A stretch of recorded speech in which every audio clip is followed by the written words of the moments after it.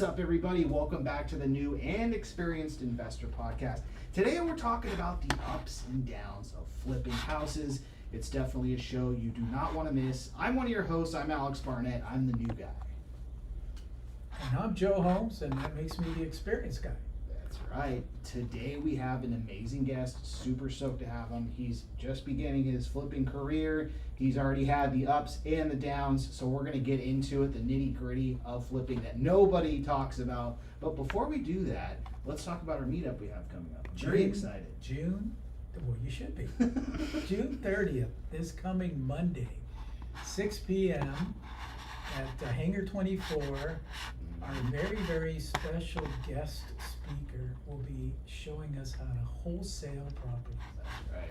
And that's you. That's me. I'm going to show you how to do it. No pressure. We've got, as of a few minutes ago, I checked, and we have 78 people signed up. Yeah. I think the most we've ever had is like a little bit over 100. All right, let's try and beat that. We've got a few more days. Absolutely. Let's get people signing up for the meetup. Spread the word. Spread the word far and wide. Mm-hmm. Were you going to say something, Tracy? Oh, I was going to say the 100 plus, I think, was big time. Oh, of course. Always in the shadow, literally. Yeah, and I'd like to remind you guys, this is live. Please share it far and wide with any new or experienced investor in your life. It's going to be a really an awesome show today. So make sure you jump into the chat, ask the questions, get involved. Let's go ahead and do it. Let's bring in our guest. Today we have Charles Harris. Charles, how you doing? Thanks for coming. Thank you guys for having us, or having me. My Yeah. daughter's with me, but yeah. Yeah, I brought the family today. I Yeah. love that. So I'm a little nervous because this is live. It's all good. We're just having a conversation. So, yeah, introduce yourself to the audience. How'd you get into real estate? What were you doing before that? So, my name is Charles, and I've been. Can I just? Yeah, you just talk. Yeah, Okay. Talk to us. us. Yeah, Talk to us. That's Okay. fine, yeah. So, prior to this, I've been an iron worker in the union for about 13 years, and that's all I've been doing, iron working.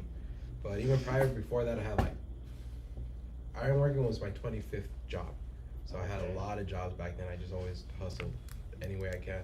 But in 2022, right 4 days before Christmas, I got laid off. And then I had words with the owner explaining how, I felt like I was just a body there. And I was just building his dreams, not mine. So I quit, and I was done. And then I went to work with my father-in-law in the jewelry business for a little bit. And then he wanted to, slow down, retire. So that was done. And after that, I got into it's doing a thing where it's just house using, flipping like, by it's not actually the flipping a mics. cyber truck to a house It's flipper. like an ambient Okay. mic picking it So up. when that happened, I asked him, I was like, hey, can you teach me how to do this? Chat. He says, yeah. So then for 3 weeks straight, all I did was bug them. I told him, I'll take you out to lunch, dinner, I don't care. And it was something on my bucket list that I wanted to do. Mm-hmm. So finally, he said, I found you a property. And my first property was in Bloomington, California, like in Fontana. I didn't know anything, man. He was like, I'll do the rehab. I'll do the numbers for you. I found the property. I did everything. So then at that point, I went to go take a look at the property. Actually, here's the crazy thing is, I bought that property sight unseen.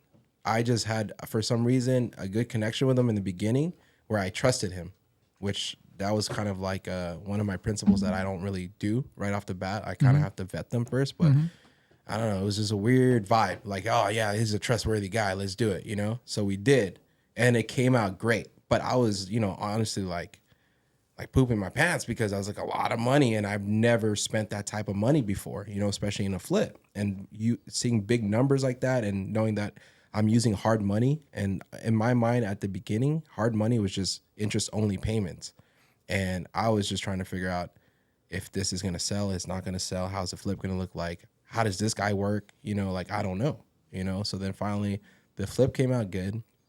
My first lesson in that whole transaction was that we listed it for $525.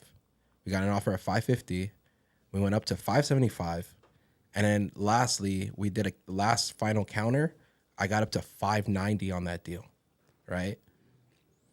The buyers were so down to just do it. And I was excited. I was like, man, I'm gonna hit my first big chunk of money.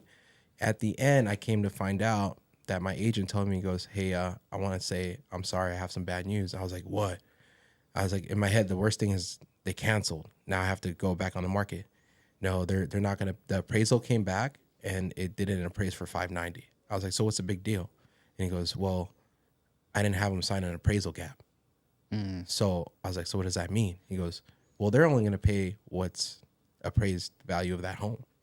So it was 575. That's what we ended up at, which is not bad. You know? Not at all. Not bad. So then after that, I did one more project. It was just in Yucaipa. That one was actually a really good project. Like I was there every single day and it came out really good. And then after that, I think when I started really learning what goes on the contractor side, because I'm blind to all of this. I feel stupid in a way of like being a newbie of like investing and trusting that person. Because I was like, man, he flips. So I trust him, like he knows what he's doing and I'll just learn as I go. But at the end, it was such a horrible transaction escrow because the agent, even me and the agent, the buyer's agent had words. Like I found his number because he just kept on calling my agent, talking smack. I didn't know what was really going on. And I called him finally one day and I said, hey, look, man, like I don't understand what your beef is, but if you have some words you want to say, like man to man, we can meet in person or we can talk on the phone like gentlemen. So what's your issue? He goes, my issue is that your house is crap. And I was like, how? He goes, this is broken. The water heater's not even working. I overlooked the water heater. I didn't even know. And I called my buddy. I was like, hey man, what's going on with the water heater? He was like, well, we're going to go fix it. Okay. He goes fix it. He didn't fix it. The gas line's busted that goes to that water heater. So the city had to come out and then they fixed it. Right. So then all of these things start happening little by little, adding up to the end where I said, you know what? The agent says, we're going to cancel or you just give us credit and we're going to be good. Cool. So I gave them $7,500. They were happy. We closed the transaction. We were done. Crazy part is I still have to go back to that house after we close the transaction to fix a couple minor things because my agent says there may be a possibility where I can get sued for certain things. So that kind of scared me because I wasn't really, all up to that. So at the end, but fast forward, my last two projects were like a nightmare because I fell out of escrow on both properties, total of 3 times each. And it was due to the guy that supposedly was supposed to be helping me flip. He just screwed me like completely, like did a horrible job on both flips. And I didn't even know. And even at one point, there was when they were doing the demo and reconfigured the kitchen, they had cut a water pipe and they were supposed to cap it. They never did. And that water was just seeping through the walls. So when we actually went to go do our home inspection, the home inspector says, pull out, don't buy this house. There's like a foundation issue, whatever. And we opened up the walls and we found out that water was just straight dripping out and it was leaking all over the floor outside. Right. And that's right around the time when interest rates were starting to climb up. And I was still locked in to make at least a $20K profit on that home. And it went down, and then it kept on going down. And then we did like a huge price reduction after like 2 months, about 20 grand off that house, 20,000 on that one and 20,000 on the other one. And at the end, I barely walked away with my shirt on off of those 2 properties. And that was it was really bad. But I kind of learned throughout it was 6 months. It was just the beginning of this whole year, like till now. I barely closed those 2 properties like 3 weeks ago. Yeah. So I learned a lot off that whole thing. And essentially it was my fault. I took it on the chin because I knew that I trusted that guy a little bit too much, but at the same time he took advantage of me where he was like, oh, this guy's new. Like I can just, say whatever I want to say and kind of just run circles around him and he'll believe me, which I did. And at the end, I kind of started seeing for what he is and how the transaction started going. Because it was not just me. He was doing it too. He was doing it to multiple people. And I randomly just started running into these people because it's a small circle. Oh. Yeah. And I don't know how he's still doing this. Yeah. But at the same time, it's like, it sucks. When you bought these properties, did you get a binder policy? See, I don't even know what that is. Okay. a binder policy is from the title company, and obviously you get title insurance. Yes. And the reason that as a flipper you get a binder is because when you go to sell it, they charge you way less on your side to sell that property and insure it through them.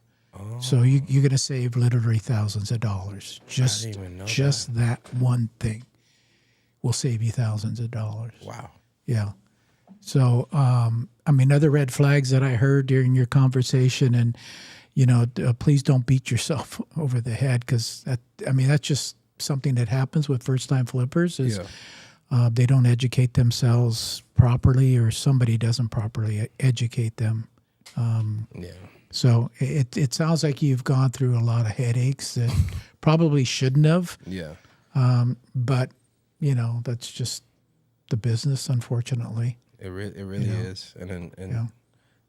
I mean, for people out there that's new to this whole thing, here's one thing I gotta say, and I want to say it multiple times, is it's because of your spreadsheet that you sent to me at that time that we were speaking. That was the time that I was going into like a rough patch, because I knew that interest payments were coming up. I needed to figure out a little bit more extra money to get in to pay for these hard money loans. Yeah. So I was like, you know what, let's try wholesaling. So I tried getting into that. I met Alex through that, and he sent me a spreadsheet, which I've never seen before from any other investor. And he broke it down. He goes, this is my max allowable offer to you. And I was like, sorry, we can't do it. But he was like, totally chill. He was like, all right, that's cool. But since that day, I went over that spreadsheet so many times that I even plugged in my houses that I was doing. That's how I found out I was losing money. And then I started digging in more deeper. And when I started digging more deeper, it was getting really ugly. I was like, wow. I was like, this guy's doing it right. And I'm like, I'm doing it wrong. And I brought it up to that guy. You know, I brought it up to him. I was like, hey, man, you ever do one of these? He goes, oh, no, I just do it on the paper like this and like that. I'm like, oh, interesting. All right, whatever. No wonder I'm losing money on this one.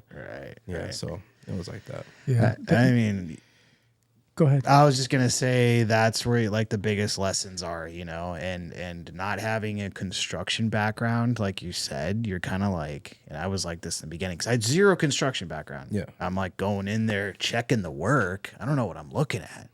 But then like our worst one that we always talk about in Joshua Tree is like the worst contractors. And so I had our regular guys come out and look at it, and they pointed every single thing out. This sucks. Got to redo that. And then it was like after that, I could see everything that was wrong. And I was just like sick to my stomach. Like, oh my God, we're going to have to flip this house twice. Yeah, we basically flipped it twice. We basically flipped it twice. We had our guys come out, like they redid everything. Like it was all terrible, all bad. I mean, same type of thing. Like that one, they used PEX piping for the gas lines, and they had like nicked one of the pipes, and it was like just a slow gas leak in the house. And I walk in there and I'm like, it reeks of gas in here. And all the guys, no one can smell it. I'm like, how can no one smell this? Like, you guys are working in this all day. So then they had to cut open the wall. And sure enough, with like one of the meters, it's just like lighting up, going crazy. But yeah. You guys are lucky it didn't explode, dude. Like, boom. No one was smoking inside. Yeah, smoking inside. It's a new Burning Man in Joshua Tree. Like, what's going on over here? Let's go to a party. But that was just like, just learn every lesson in the book. Yeah. Just, I mean, just a learning experience, you know? It's like, I remember bringing him out to a project and stuff, and I go pick up a hammer. He goes, "What's a hammer?" You know, it's like, that's how experienced they were. It's like, Alex, it's that thing right there. You know, I need that. You know, so yeah, you kind of go from there and move forward. And that project, honestly, I wasn't watching them as close as I should have probably been watching them. Yeah, and it was a learning experience for them, because it was so far away. I don't like to go look at properties far away, and that's what they do. I keep telling them they should buy a house in Hemet, you know, because we do a lot of deals out in Hemet. Oh, do you? Oh, yeah, we do a lot of deals out there. And I keep telling them, but they live by the beach now, so it's no way they're going to buy something out there. No, that's hard. But I joke with them. I'm offended you would even send me out there. Yeah, no, Just kidding. I'm just the gold mine, I tell you. Love it. That's where the deals are. That's where the deals are. Love it. Go where the deals are. But it's hour and a half away. You know, and like, too old to just drive in a car for an hour and a half. Yeah, no, it's so far. But it's also the type of thing. It's like, how your first 2 ones went good. Yeah. Same thing. Like our first properties were good. I'm like, Because I was watching you. Flipping's easy. I don't know what people are talking about. Same mentality. I was like, yeah, dude, I'm gonna start rolling in dough. I'm good. Yeah. Then all the stuff that you don't know starts piling on, and it's like you get a lesson. Every single flip has like a new problem, Yeah. And then Joe's like, "Did you get a binder?" And I'm like, "Same thing." I'm like, "I don't know what that is." What is a binder? Like, is it like a Yeah. Right. Yeah. Yeah. What does So, that have high to do school. with house flipping? A lot. Right. Yeah. Yes, a lot. But Yeah. And then, back to your first deal that you ended up it didn't appraise for the value. Was that, what kind of an offer was that? Was that an FHA offer or just conventional or conventional? what? Okay. So was there any pushback from your agent on that? Because a lot of times, I mean, if it comes in at that value, first of all, if I ever get an offer like that, I get an offer like that because I know that the agent wants to be the highest one because they're confident that if the appraisal comes in low, that I'll lower it. But that doesn't mean that you have to lower it. That's everything in real estate's negotiable. You go back to them and say, yeah, sorry, I'm not going to lower it to that price, but I'm a nice guy. Okay. I'm willing to pay half of it. Okay. Did that ever happen in your transaction? Was that ever discussed? No, because so reason why is one, he wanted a 2% commission, the buyer's agent, right? And this guy's slick. So we say we're gonna pay you 2%, but if you can't close within a certain time frame, which is I think 21 days or something, we're gonna reduce it to 1.5%. And then he says, okay, fine. We signed the addendum or whatever we did. Reason why we didn't go back up the way I think is because the first red flag was the contractor, the house flipper guy. They had repair requests for the homes, and I was in the dark with this whole thing. My agent never told me that there was repair requests, whatever. I thought once it's flipped, it's done, it's clean, they're gonna want to buy it and move in, But I didn't know they were asking for so many different things. I didn't know how many things were wrong with the house until he showed me the repair request form. And I was like, what? And he goes, I was like, why didn't you ever email me? Why didn't you ever call me? Why didn't you ever tell me this? He goes, well, I just thought I was going to be dealing with him directly. I was like, dude, it's my house, my name. Why wouldn't I be included in this? Yeah. So that was like the first headache that I ever had to deal with, But finally, the reason why they said, okay, look, I'm going to pull my client out. And I know that was the highest offer that we had, like at the end, it was a 575. The buyer's agent says, I'm going to pull my client out. We're going to cancel if you don't, we don't agree to just paying what this is, and you still pay me my 2%.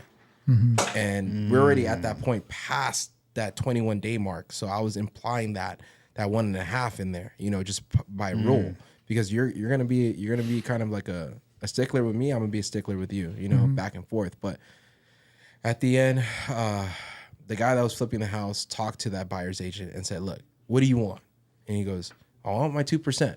Okay, we're going to give you your 2%, and I'm going to fix the rest of everything that you were asking for and call it a day. And that's how we just ended up there. So we had no leverage at all at that point. After I assessed the whole situation, zero leverage.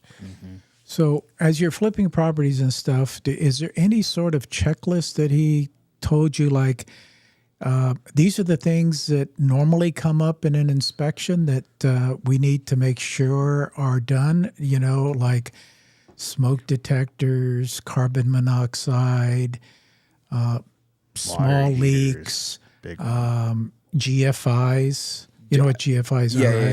Yeah. I'm really familiar with. I bought in bulk just recently off Facebook Marketplace. What those things are. I was like, because I learned it actually through the transactions, not through the flipper. Because the flipper, obviously you guys already know, like, hey, if I was working with you, Charles, you need that GFCI in there before the inspection's done or the appraisal coming in. Yes. You need smoke detectors, you need carbon monoxide here. Yeah. Because that's what they're going to call out. I did not know any of those. Out of that laundry list that you got the first time, what were the major items that came up? Like on the first property? Yeah. Oh, dude, there was they're notorious for this, and I kind of see it. The leaking, the the sink not being connected, or if Yeah. it's connected, it's not being connected correctly, where the drain pipe is like off and it's just leaking, or they share. This is what they always do, and it's so lazy. Is the garbage disposal and the dishwasher are on the same circuit.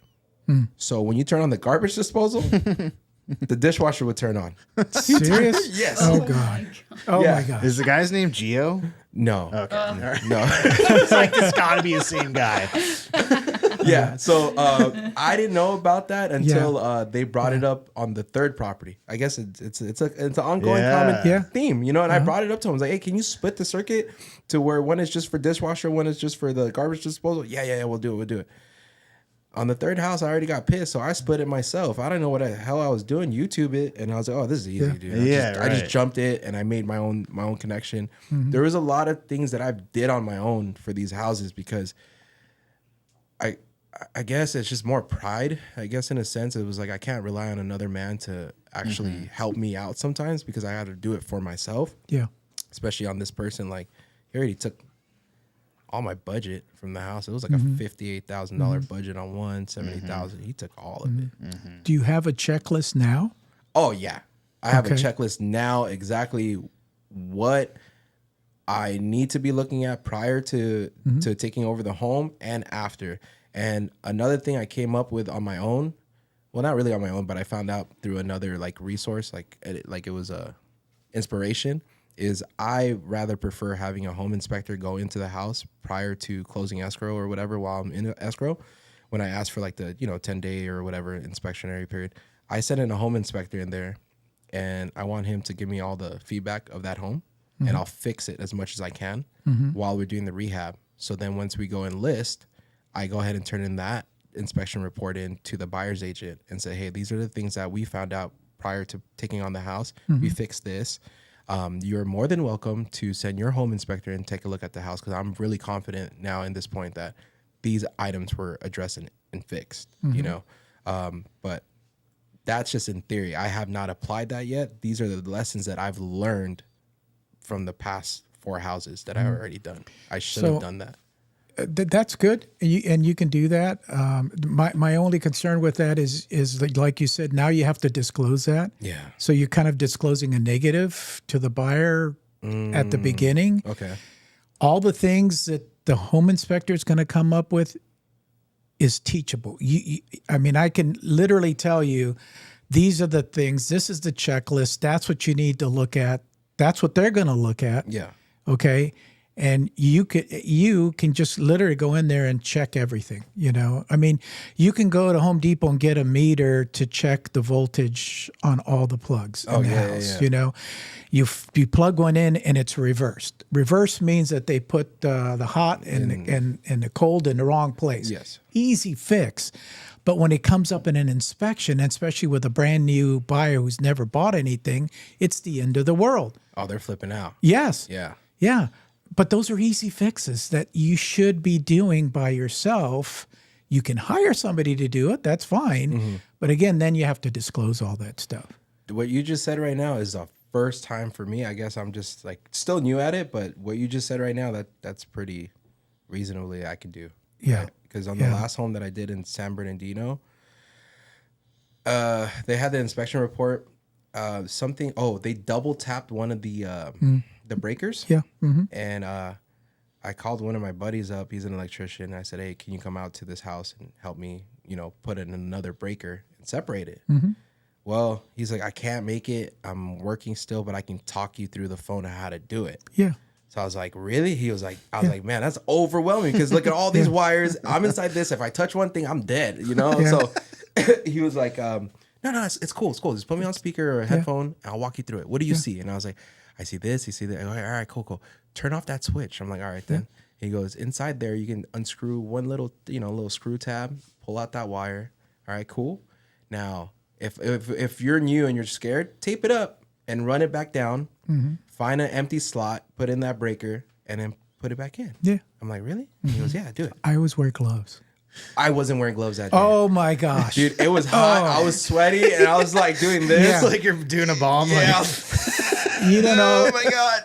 I can't tell you how many times I got like a little shock doing stuff like that. It's like I just learn, just put some gloves on, you know, Okay.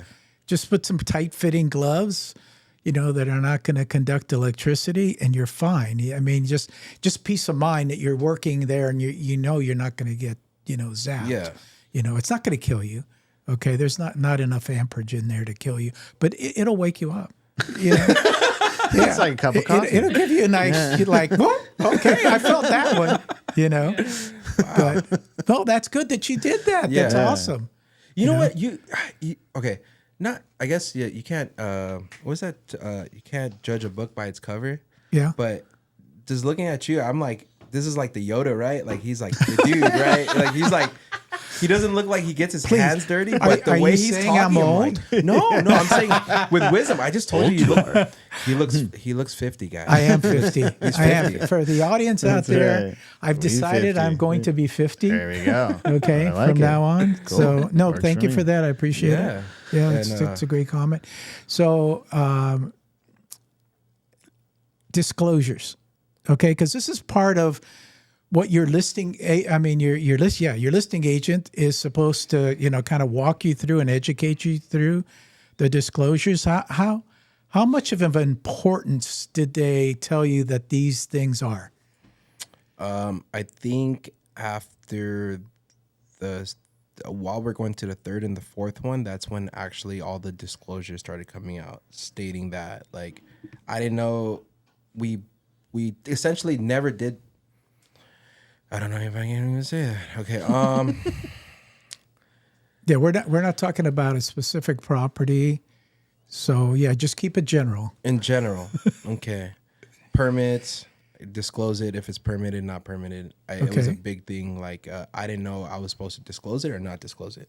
Okay. Actually, my TC, she was the one that says I would suggest to disclose it because Yes, it can absolutely. bite you in the butt in the back. Absolutely. I said, okay, all right. She Yeah. was like, I'll fix this for you. I'm like, all Okay. right, cool. So Okay. then that's when I started learning that I need to disclose a lot of things, regardless whatever it is. I'm gonna disclose it so I can be open as possible with these people. Correct. But at the end, I just started learning disclosures at the third and the fourth homes of what they Okay. are. And then how extensive were you with the disclosures? And the reason I'm asking that is last year, June of last year, July 1st, they passed a law that every person, whether you're a flipper or not, who has purchased a home in the last 18 months and done any work on it has to disclose that.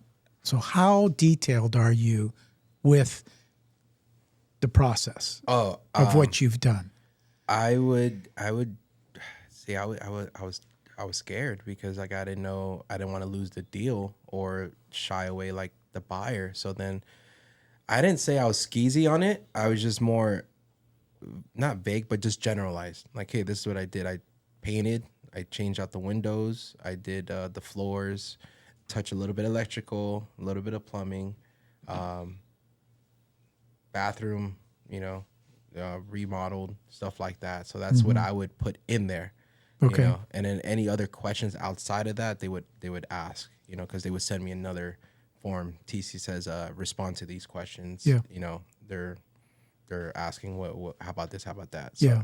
that's what I'm trying to get better at. But Yeah. at the same time, I felt the whole thing relied on that person that did the rehab for me. So I had to cover my back and also kind of pick up his slack at the same time to get these deals closed. I'm not selling junk houses. It's just that I don't know how far an extent of, shitty work that he did on the homes. So I had to just continue as I go and fix it, So I would disclose those things as I go. If I fell out of one escrow, I'll put in a new disclosure in there. This is what I did. And I felt confident enough to know that this is what I did and I feel good about it, because I didn't feel good about the stuff that he did in the house after a while. So Yeah. then, On our disclosures, we have probably at least a page or more of just disclosures, just like you described. This is what was done.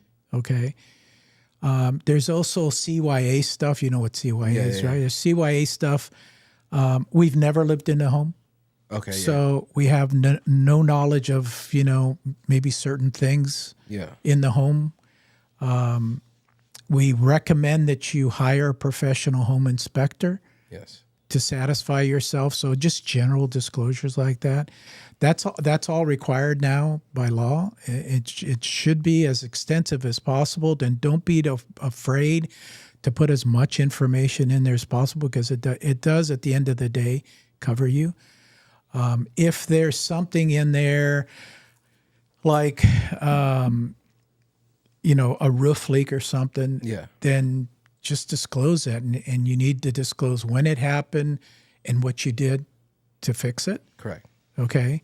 Because if not, then they're going to start asking all these questions. And The inspector comes over and he goes, yeah, there was a big wet, spot on the ceiling, and I put my moisture meter up there and it showed that there was moisture. There's a bathroom right above it. That's probably where the water's coming from, but I don't know, because I'm not going to break into the ceiling and stuff. So those are things that you should, be putting in a disclosure. And again, those are things that the home inspector is going to go over there and see that you should already have taken care of and seen all that stuff, so that doesn't come up in the home inspection. I don't know how many home inspections you've seen so far, but if you just review all of them and look at them, you'll see that there's a normal pattern of things that they find. Yes. And just remember, that needs to go on my list. That needs to go on my list. And then I need to check all this stuff before we even put it on the market. Yeah. Okay.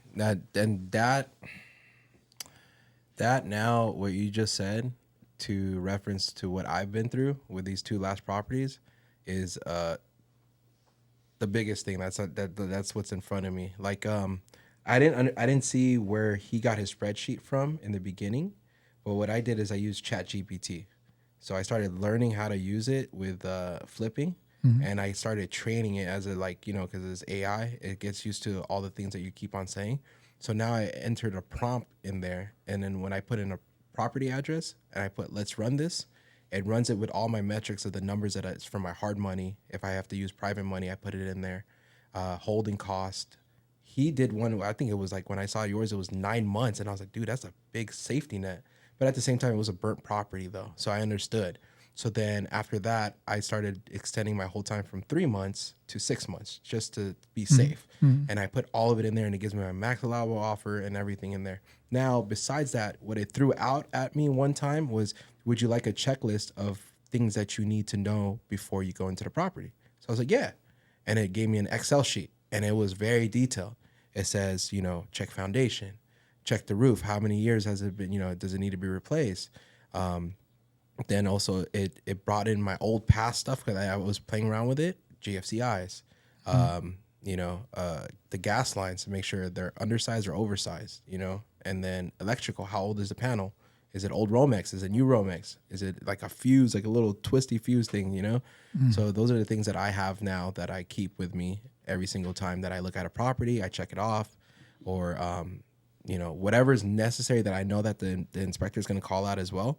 I make sure I have that on there. So I can kind of get more professional with it, because I guess in the beginning when I was doing it, like we were saying, like I was just hitting doubles, singles off these two last properties. I was making money, and I never knew I could do this in real estate. It was just a thought, but it happened so easy because I didn't have to find the deal. I didn't have to do the work. I didn't have to find the materials and everything. It was a one-stop shop with this guy. So I knew that I can just be the investor. He can do his thing, and I trust him. He make his money, I make my money. But what ended up happening, he got too greedy, and he made more money than I was making. At the end, I found out what wholesaling was from this guy. The first two properties were about $15K each that he wholesaled to me that I didn't even know about. The last two properties, one was at $26,000. No, 15. One was at $26,000, and the other one was at $38,000 assignment fee. Yeah. Wow. To him. In the beginning. Yeah. Yeah. That's sneaky guy. Sneaky. Have you ever heard of a Zinsco electrical panel? No. Okay, Zinsco is a company that used to make electrical panels, the breakers and all that stuff. They did a bad job. And anytime an inspector goes out and he sees Zinsco, they call it out. They want you to replace the panel. So, like if you're looking at properties and you see Zinsco anywhere, Yeah. please make note that it's going to cost you probably $4,000 or $5,000 to replace that. So make sure that's in your numbers as Okay. well. So that's what I'm saying about, just literally certain things are going to come up during the inspection that come up all the time. Gotcha. It's just you have to learn what those are Yeah. and to do. And even if like you hit all those things, the inspector is gonna find some Oh, stuff. yeah. We've had people yeah. send us videos of other properties. Yeah. They're like, We did. there's a hole in the floor, and then we go there. We're like, there's no hole There's in the no floor. Like, hole. what are you talking about? And they're like, oh, never mind. They're like, what? My favorite was we had 2 escrows, so 2 inspections back to back, and it was a kitchen, and they called out missing GFCIs, but it was not neat. Kitchen had 2 layouts, so the sink and water was on one wall, Yeah. and then the stove oven combo was on the other wall. The wall wasn't connected, and so one inspector goes over and like every single plug in this kitchen needs to be GFCI. We're like, okay, we fix it. And then the next inspector and the next escrow goes over and marks with his pen, like blue Sharpie, like these all need to be regular plugs, or like these too many GFCIs.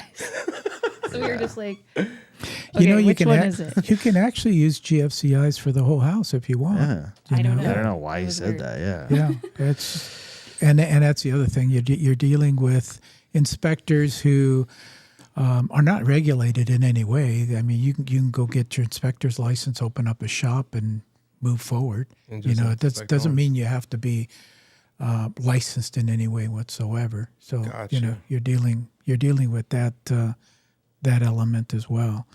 So it sounds like you've learned some lessons. I learned a lot. Even those I would not flip in San Bernardino for now or ever. Right. Once you get burned, you're like, I'm done with that place. The reason why I say this, I lock up my house really good, right? I just forget to put a camera in there. I'm just straight. I'm a newbie, guys, as new as possible. Yeah. They stole all my staging furniture in there. Oh. Super clean too. I want how super clean it was. Yeah. There's no forced entry. I had thought it was an agent, one of the workers that used to work for that guy, because I found out his guys were not getting paid neither. So I think they were like revenge. Oh, I'm just gonna steal this dude's stuff and sell it, And I looked at the combo lock and it hasn't been touched. I don't know how they broke into the house. They even went into the attic, and I pray to God they didn't steal the furnace, because it was a brand new furnace in there. They didn't do anything in there. They just looked around. But yeah, they cleaned me out off of all my dining ware set, 2 sofas. I don't know how they carried it out. I had a beautiful Picasso painting that I found at Ross, and I got it for like $10. But I love that painting. I was like, I'm gonna put that in here. No. They took it. Now you're like, drop the painting. Yeah, I was like, no. And they did it twice, not once but twice. No. It came back twice. Okay, let me ask you this, because you mentioned combo box. Was it an actual combo box, and where was it located? It was a lock. Oh, sorry, the lock box. That's what I meant. A Realtor lockbox. Yeah, Realtor lock box. Okay, yeah, those are harder to get into. Yeah. I mean, they have to literally cut it off and then go home and work for a while before they can get the key. A lot of inexperienced agents will put just a regular combo lockbox, and they put it on the front door, which is easily seen by the street. You need to hide those things, put it someplace where you just can't see it driving by, because that's just an invitation. And we do flip out in San Bernardino. We have the same issues. He likes cameras. He puts cameras in. So many cameras. The last place Still got me, though. The last place with the is cameras, they went out there the day before, took the camera and pointed it up. Yeah. Okay, and then he didn't notice, and then the next day they stole 3 window air conditioners. Yeah, then I look back at the thing, it's like somebody moved it without being in the view. Yeah. It's a Mission Impossible. Yeah. They knew all the angles. That is They crazy. knew all the angles, and turned it towards the wall, so I didn't get the alert. Yeah, it didn't alert us at all. It's insane. So we didn't know until like 5 days later. Sucks. Yeah. Yeah. So I'm like, It happens. yeah. So, I mean, don't get discouraged. San Bernardino has some really good deals out there, and they're obviously way less expensive than here in Orange County. So don't be discouraged, but You know, talk to Alex. Let's get some cameras and stuff I was out thinking about there. getting dogs. If you have, So everybody has is like a pit bull in the front yard. I'm like, that will work. My son-in-law, he sometimes hires people to spend the night there, Oh, hang like out. his workers or whatever. Just like, spend the night. You know, leave in the morning. It gets shown by real estate agents. You know, 7 or 8 o'clock at night, come back and spend the night there. And that's a good idea. Yeah. Thing I learned off of that one too is that we've been on the market for so long, and that people that drove in and out of Right. it, they knew They it's know. empty. Yeah. Yeah. Yeah. You know? They know. And I didn't expect to be on market for that long. Yeah. You know, so they finally found an opportunity, not once but twice. Yeah. Yeah. And Was both there- homes. So I was thinking, like on the other home, Oh. when I was already almost closing escrow after they did the I was still learning terms of verification of property. Yeah. They were doing that, right? They just got done in the morning. So I was like, you know what? I told my agent, I'm gonna pull my stuff out. So I got there. For some reason, my paintings were on a dresser that I had, like a little side table. They had the couch already lined up for the window for some reason. And then they had my air mattress bed folded already. I was like, oh, thank you. I don't gotta fold it, you know. So they were setting it They up. were preparing. Yeah, they were. Yeah, So they I were. was thinking it may be an inside job from the last two. Yeah. On this one, Yeah. you know. So Jeez. it was a messed up time, dude. And on top of that, I shouldn't have done it, but I don't regret it anymore. Where I sold my house in Pico Rivera, my very first home. I sold it. I took that money and I bought another home in Riverside. That's where I'm at now. So all of this, I was banking on these two homes, because what I essentially did is I took a second out on my first home, and I used that and I invested it into myself, saying that I can do this. You know, I fucking lost my ass off on those two. You know, but I was able to recoup whatever I could, and but at the same time I was doing my house, like rehabbing it, you know, making it nice and, you know, livable for my family, dealing with these two. I was banking on those two homes to actually make a profit and continue going, because I figured that if I break down my bills and my expenses for a 6-month period, I'll be covered and I'm not stressed out if the flip is not going the way I needed it to go. I have a 6-month buffer, you know, and I can move. But no, that didn't go as planned. So at this point, like I was telling you in the office, I'm all in. Like, this is me all in. Like, there's no turning back. Like, I burnt the ships. I'm already on the island. I got to find my way through it. And yeah, that's where I'm at now, you know. And it's crazy because I don't want to go back to what I was doing. Like, don't get me wrong, I like ironworking, but I'm not trying to go back there. I'm trying to move forward this way. And I figured I want to surround myself with people that are actually more like-minded and that has more experience. Yeah. And you were telling me off camera too, and I know when you told me this that you've obviously learned some lessons. You said that you actually investigated Alex and I before you got here. Nice. Yeah. I did. Why did you do that? I mean, I know why you did it, but maybe explain why you thought that was necessary.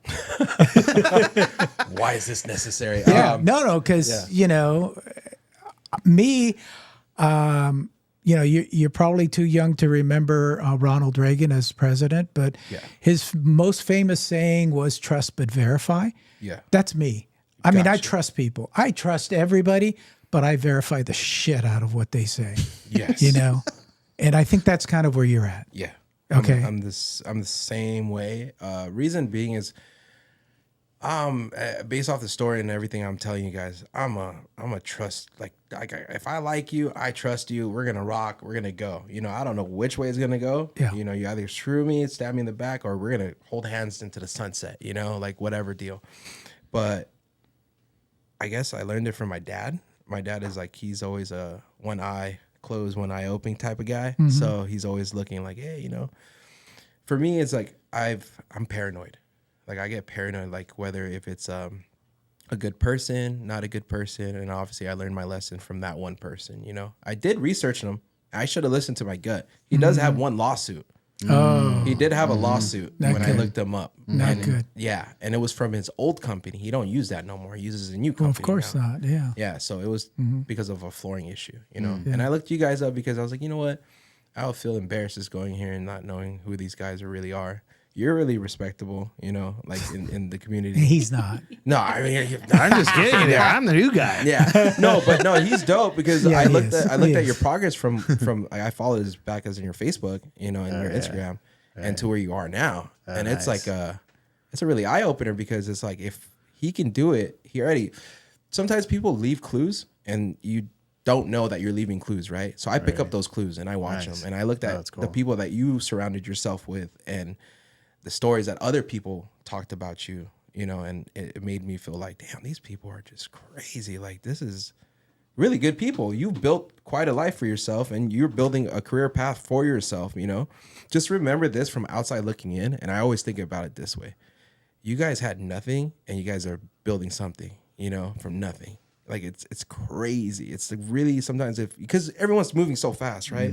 But if you really slow down, you've been in the business for over 50 years that you're telling me, right? Within those 50 years, you've legit built something that you necessarily don't need to rely on somebody to pay for your expenses. It came off from your mind to your hands to your mouth. That is genius. If someone can put all that together and become successful just like yourself, you're doing it. Like, that's what I idolize the most. I look at that context as to where, you know, like yourself too as well. It's like, dude, like you thought about it, you implemented it, and you did it. A lot of people think about it and they don't do it. Right, you know, and that's the reason why I just did it, because I knew that if I never do it, I'm never gonna do it. So I just did it blindly. I paid the ultimate consequence, but at the end of the day, I learned, but I'm still in the game and I want to continue doing it.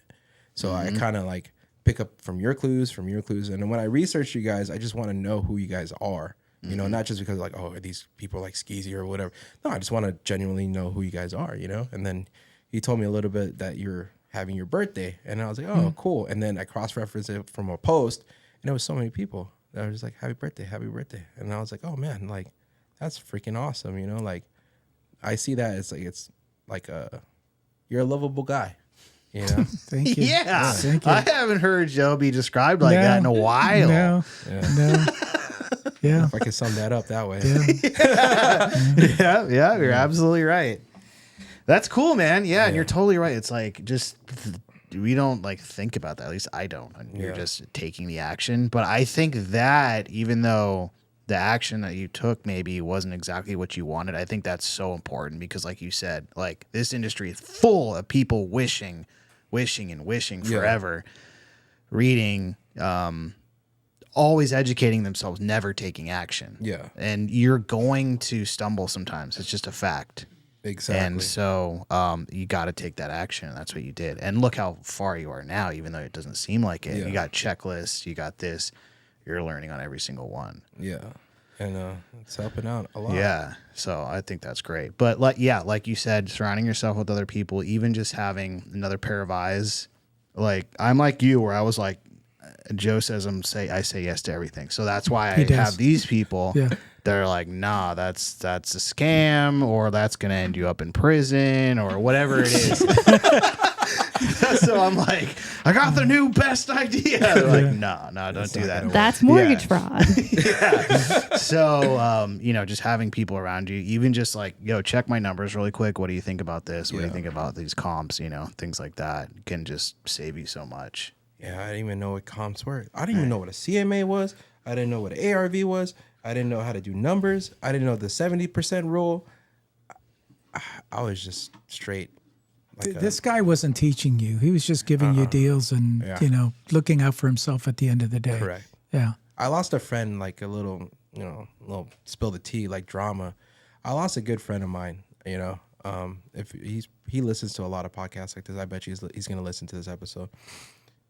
I lost him as a friend due to him because he saw me flipping. But originally he was with Tac Nguyen. Like he joined his springboard community, and all he did was he was door knocking. He was getting in there. He was doing it, right? But he didn't essentially flip a home. He was looking for buy and holds, doing the Burr method, right? Right. But he never took the step forward until I did. He saw me one day out of nowhere flipping a house. He's like, "What the hell, dude?" Like all my friends were like, "You're so random, bro. Like one day you're doing jewelry, and next day you're flipping a house. Like what are you doing?" And I kind of set that tone for him, and he saw that. And I said, yeah, you know what? Get into it. This dude is really cool. You know, if you can't find your own contractor, you can use my guy.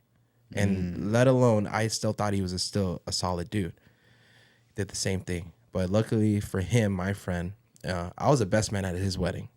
And him and our relationship is not the way it is because that guy still owes him money. And I can only go so far to tell him, hey, look, can you pay him back whatever you owe him from the project because you didn't finish it? Because he cut bait. Like my buddy cut bait with him and said, hey, look, just pay me back for whatever like draws that you took out that you didn't finish, and then we'll call it a day. They even settled money. He still hasn't paid him till today. And he kind of resents me for that. But in a way, I kind of explained to him, you know, like I do apologize. You know, I was trying to have your back with him. I was trying to figure it out. At the same time, I'm running 2 projects with him. So I don't know how that's going to go as well. So, you know, I kind of just treaded lightly. But now at this point, like we kind of just not on speaking terms as well. Yeah. And I felt bad because that's a hard one. Like I introduced him to him, you know, and he trusted me, you know what I mean? And that's the thing. Like, I don't like bringing people into my circle too much because it's, you know, certain things like this. But I felt like I was confident enough that he needed the push in the right direction. You've been doing this longer than I have, knocking doors and doing all this stuff. Here's your opportunity. And I want to give you an opportunity, you know? But it was the worst opportunity that he got in, you know? He lost money. Yeah. You know, thank God that his other flips that he bought 3 deals from this dude. Oh, wow. 3 deals. And he didn't make any money at all? No. Luckily, his agent, she's a sharpshooter. She has a lot of experience. She got him the highest and best offers on those 2 houses that he did. Oh, nice. The last one right now is in West Covina.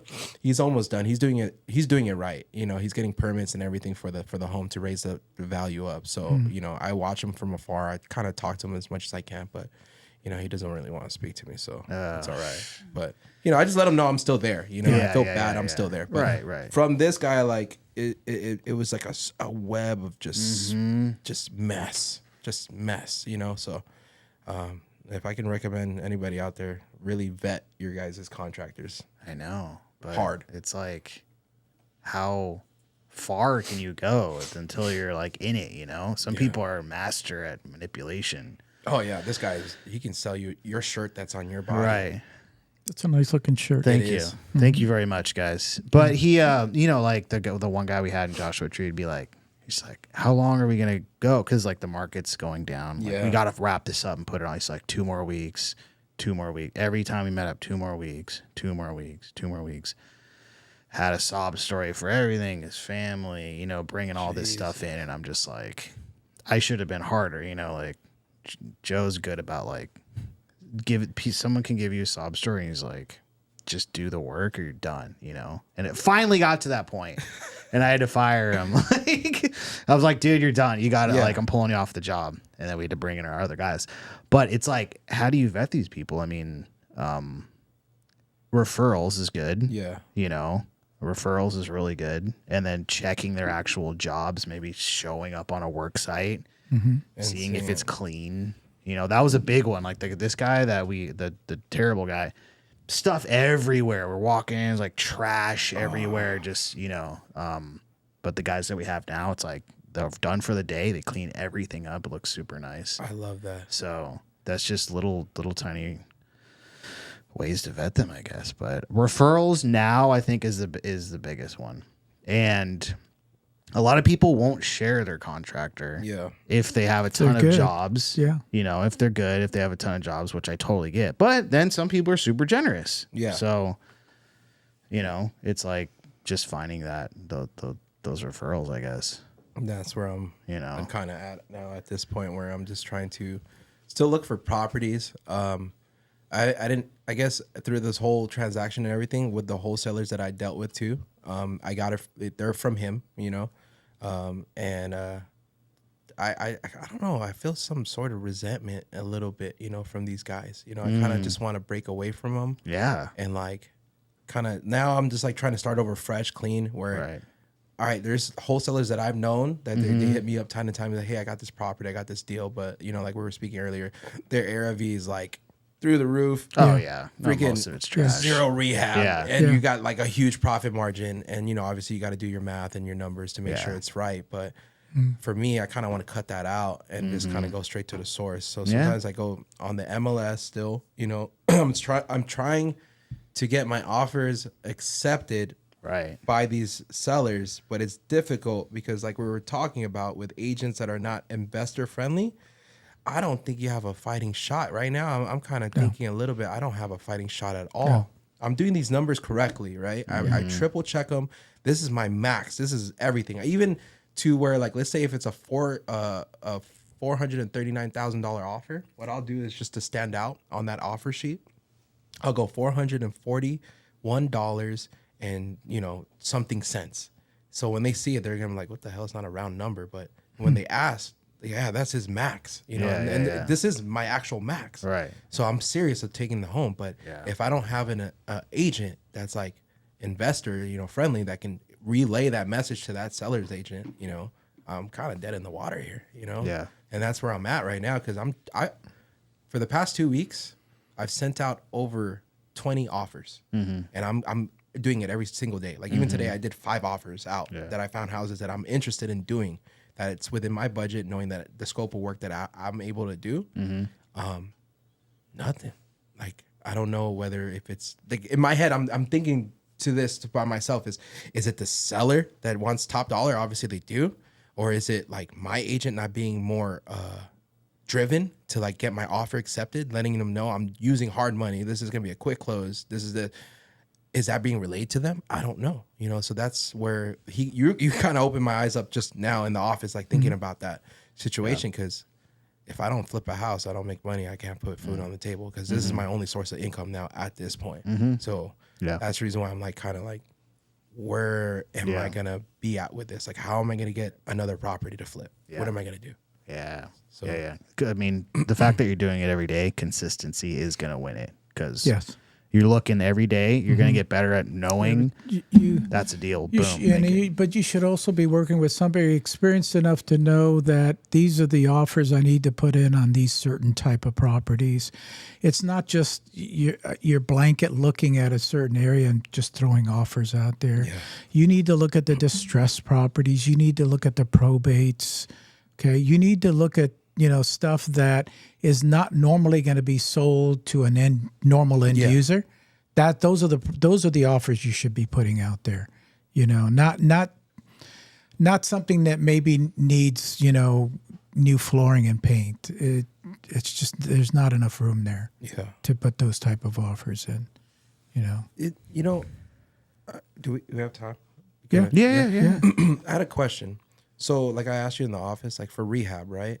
You said take 10% of whatever the ARV is typically going to be. Is there like a sliding scale, like plus or minus in between those two? Like, so I'm looking at a deal and it's $1 million, and I know that I'm at the minimum going to spend $100,000. Yeah. Okay.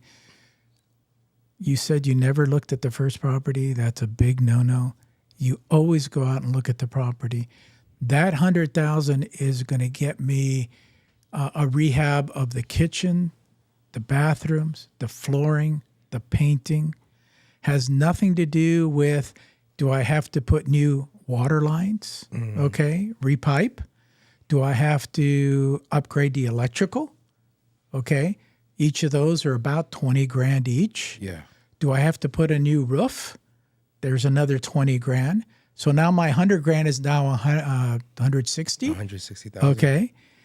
That's why I need to go out there and look at it. If the numbers work at that 10% to get me off my butt to go look at it, great. That's my goal. Okay. But when I get out there and I see what's going on, let's say they rehab the bathroom, then I'll take 15 grand off of that. Okay. Let's say it was just freshly painted and they did actually a good job. I'll take another $7,000-8,000 off of that. Okay.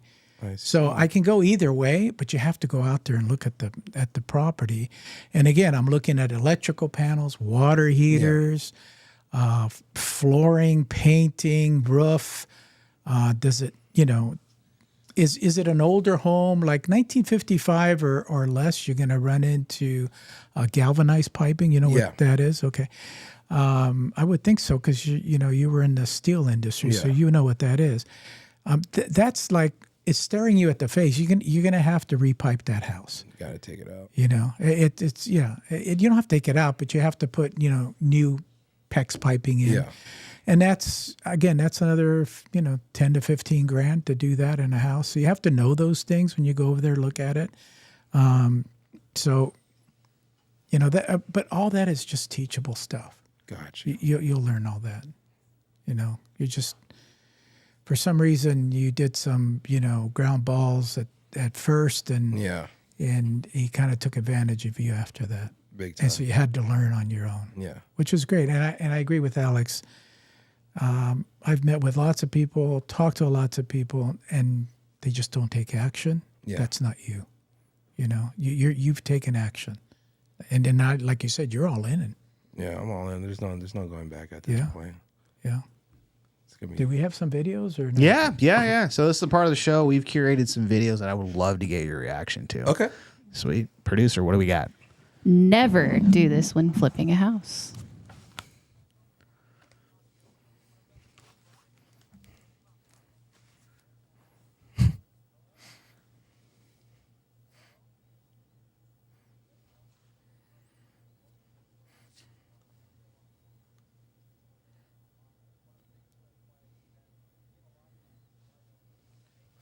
Yeah.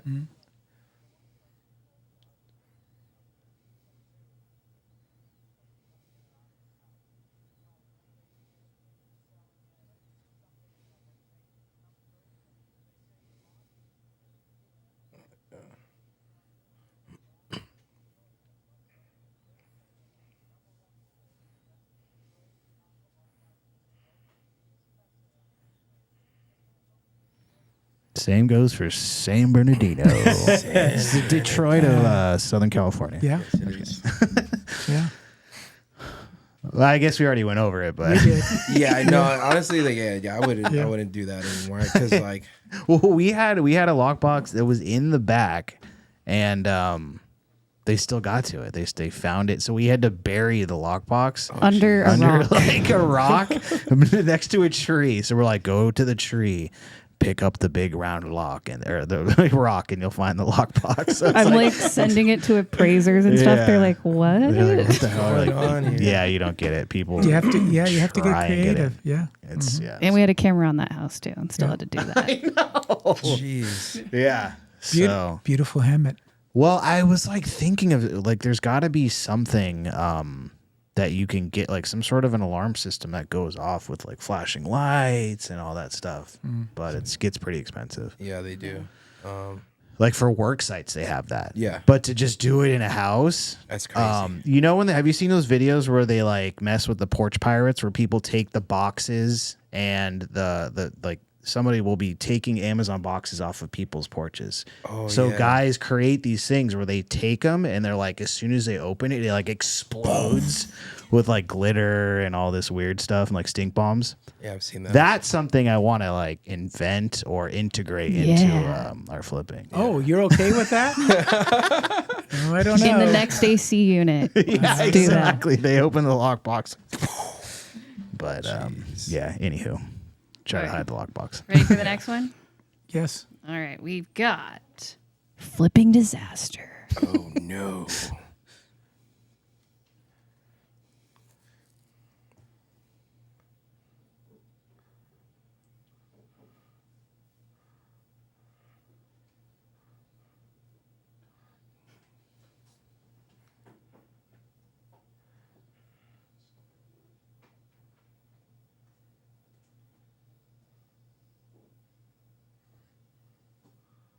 Oh man.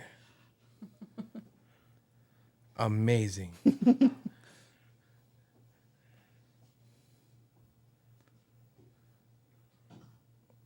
Oh my god.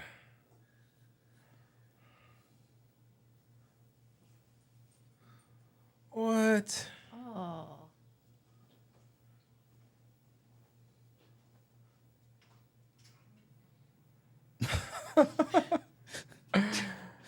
Oh man. That house. None of that's unusual. You know, really. I mean, you got a bad contractor, that's what you're going to have. You know, Yeah. and that's the thing about Yeah. inspecting the place before you put it on the market. Is that well? I feel that person because the last house I did was like that. I was going to ask you, does that look familiar? Yeah, it did. It's Actually, triggering. it really did. The closet for sure. That's one. In the bathroom too. You just reminded me. When you go into the bathroom, the toilet was right here where I'm sitting at, Yeah. and then there's a big giant gap between the tub and the vanity. Right. So I was telling him, why didn't you move the toilet there? And he goes, because something with the plumbing. And you know what I learned on that job, on that house, it's on septic. So I didn't know anything about septic until my agent told me. He goes, if this septic is jacked up, bro, Yeah. consider it. You're Yeah. done. You're getting wiped out. So Yeah. I went out there and I hired this dude off of Facebook. He was really like, he knew what he was doing. So he did a full detailed job on the septic thing, and he found out that it's good. It's clean. okay. It's good. But that toilet needed to be over there. And he was telling me, nah, something with the plumbing, we can't move it. The septic, this and that. And I'm like, and the floors are already in. Yeah. It was already done. Right. And I was like, how did I miss this? My wife actually picked that up. Right. She's the one who actually comes behind me and double checks what I'm doing sometimes. That's good. And Good she woman. She pointed that out. She was like, the Why? toilet's not supposed to be there. It's supposed to be there. Why is it like, I was Yeah. like, oh, That's the worst. You're like, yeah, you're right. like, I don't that's know where why I ended didn't up see at. that. It's messed up. Yeah, there's so much attention to detail. It's like, it's pretty nuts. Yeah, it's not as easy as you see on TV. No, not that Tarek and flip flop. Yeah. I was like, I'm gonna be that guy. Yeah. Hell no. Oh my God. All right, what All else do we right. got? Last one. What I learned on my first flip and fix. Oh my God, this is like my life story.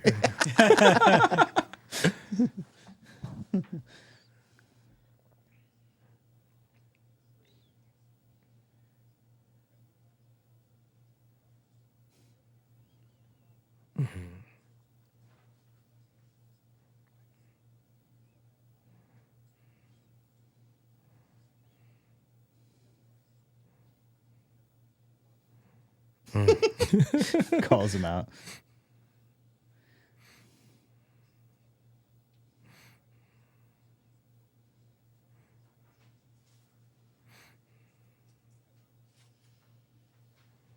Yeah.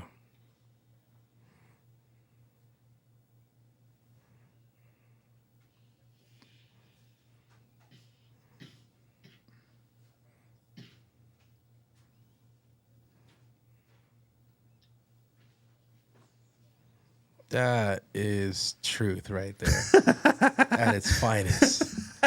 Like, damn.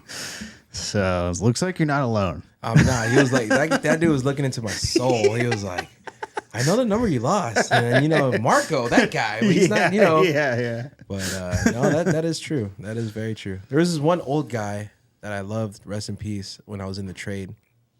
He used to drink a lot, but every time he starts drinking, he comes up with these metaphors, He goes, hey, kid. I'm like, yeah, what's going on? And he was like, quitters never win and winners never quit. You remember that. Go get me another beer. I ain't quitting. There you go. That's a But good one. it stuck with me, though. He was like, I just started thinking, like, if I quit, I'm never going to win. I'm just going to keep going. So it stuck with me. Yeah. Those old guys have some knowledge, Yeah, they some do. wisdom. There's lots of wisdom. Awesome. Cool. We got any questions in the chat? We have a few. Nice. Let's see. We got D. Trent. He says, hi, guys. The market is dead where I live. Nobody is flipping. Nobody is doing anything.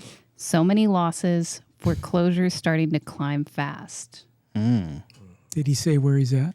I did ask and I did not get a response. So Okay. not quite sure where he's at exactly. Yeah. I mean, right now, yeah, as far as the market goes, it's not climbing, it's not the easiest, I'd say. Stuff is sitting. Yeah. Stuff is falling out of escrow. Yes. And you kind of mentioned that in the beginning, like that was like your worst fear of it falling out of escrow and having to go back on market. But Yeah. it's like once you've done enough deals, it's kind of, you just get used to it. I would say. Becomes normalized. Yeah. Flipping is just a numbers game. Honestly, you can flip in a high market like this, or in a depressed market. It's just literally what the numbers are at the end of the day. Gotcha. How many properties have been sold in the last 3 months that you can hang your hat on and say, okay, these 3 sold, and looks exactly like what I want to do. Now you work backwards. How much do I need to get this property for? How much am I going to use for the rehab? How much am I going to pay for closing costs and commissions? And if the numbers work, the numbers work. Yeah. Yeah, it's just that's one nice thing about flipping. You can flip in any really environment. So don't be afraid. Like San Bernardino's a perfect example. It's like I wouldn't, never say I'm not going to flip in San Bernardino. If the numbers work, the numbers work.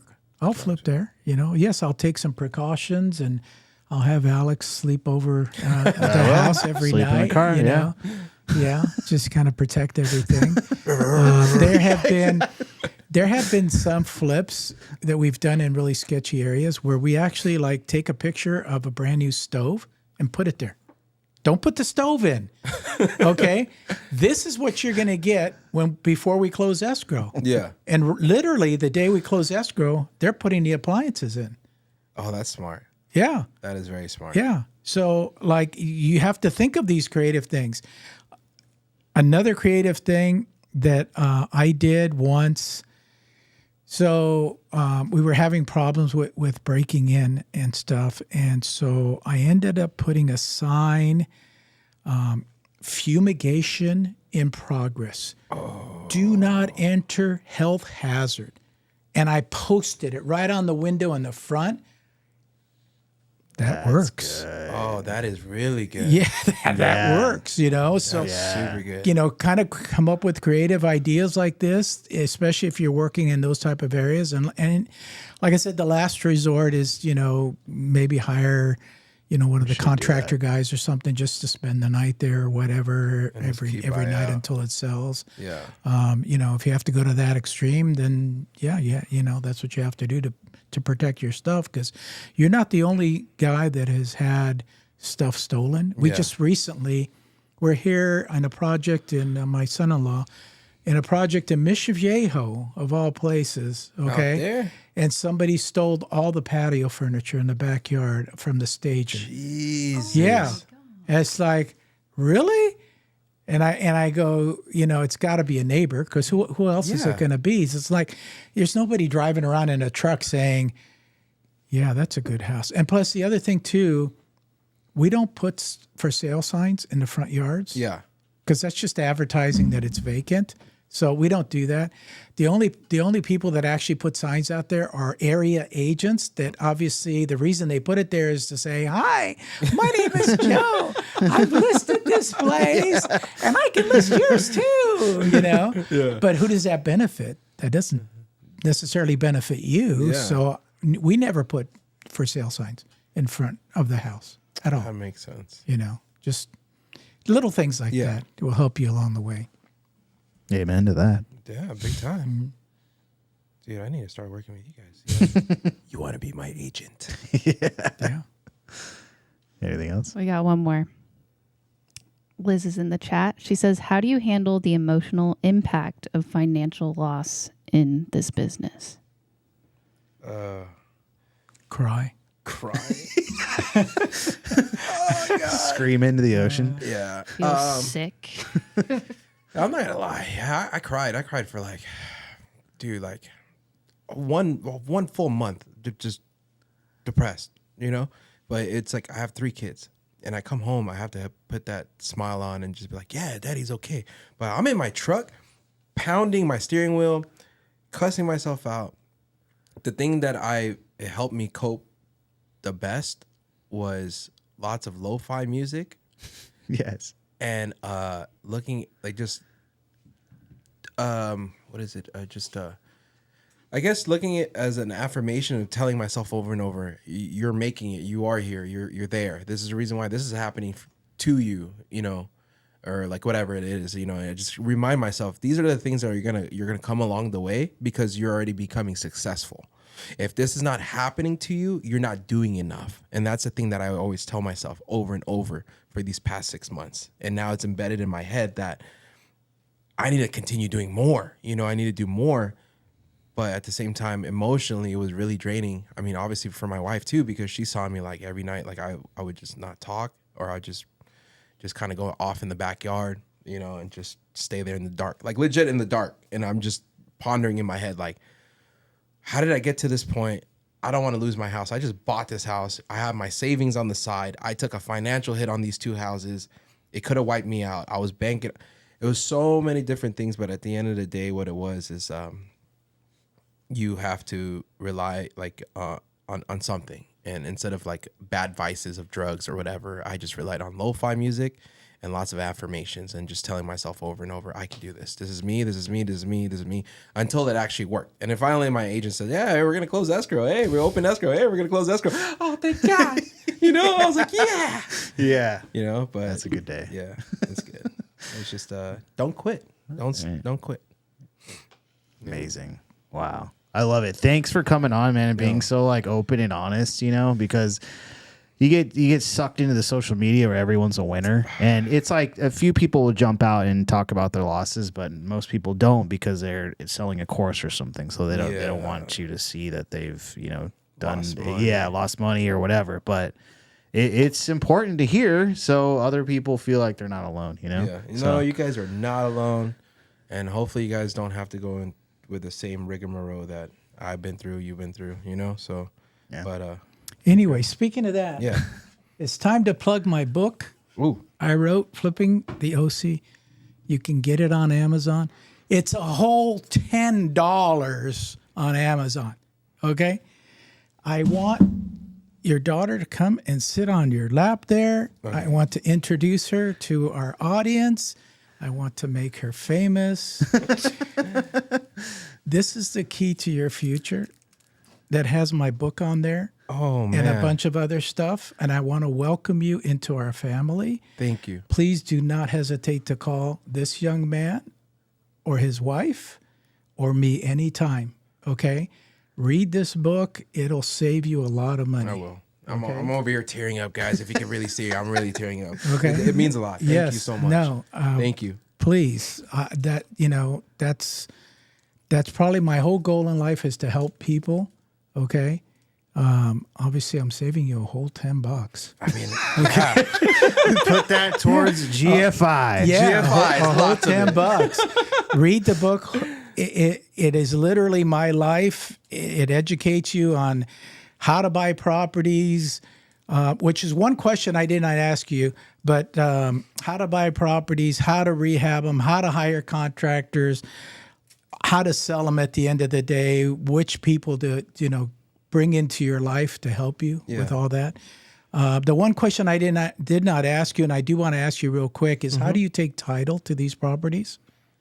oh, see, like that is a curveball. I take it under my LLC. Okay, good. Yeah. And Okay. I barely learned that. The last two properties, I didn't do that. It was under my name solely until one day, my hard money lender, he goes, why aren't you doing it under your LLC? He goes, Yeah. I was like, I don't know. He goes, open up a damn LLC and put Yes. it under your name because if Yes. anything happens, you're safe. Thank and you. I was like, okay, cool. Thank you. And I did. All that's in the book. Look at this, guys. It's a Okay. key. It's a freaking It's a key to your future.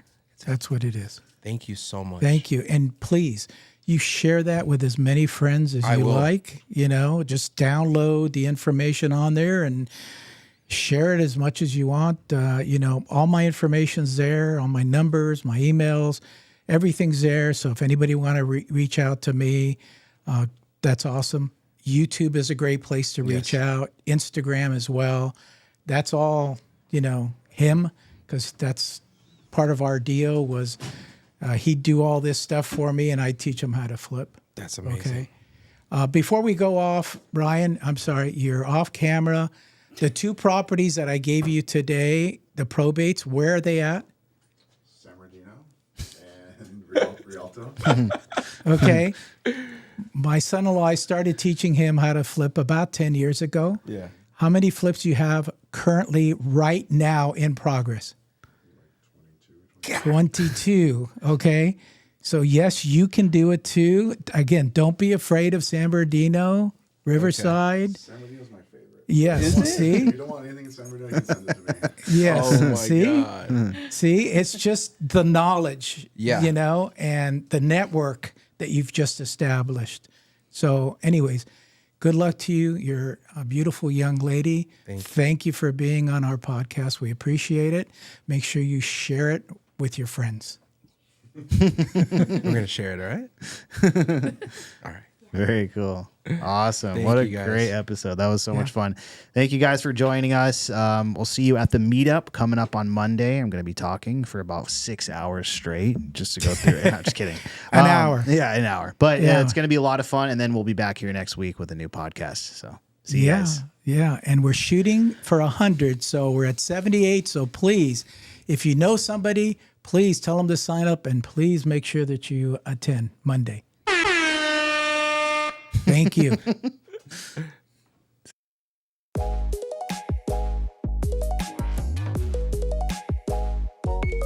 If you want some more advice on real estate investing, reach out to us one-on-one.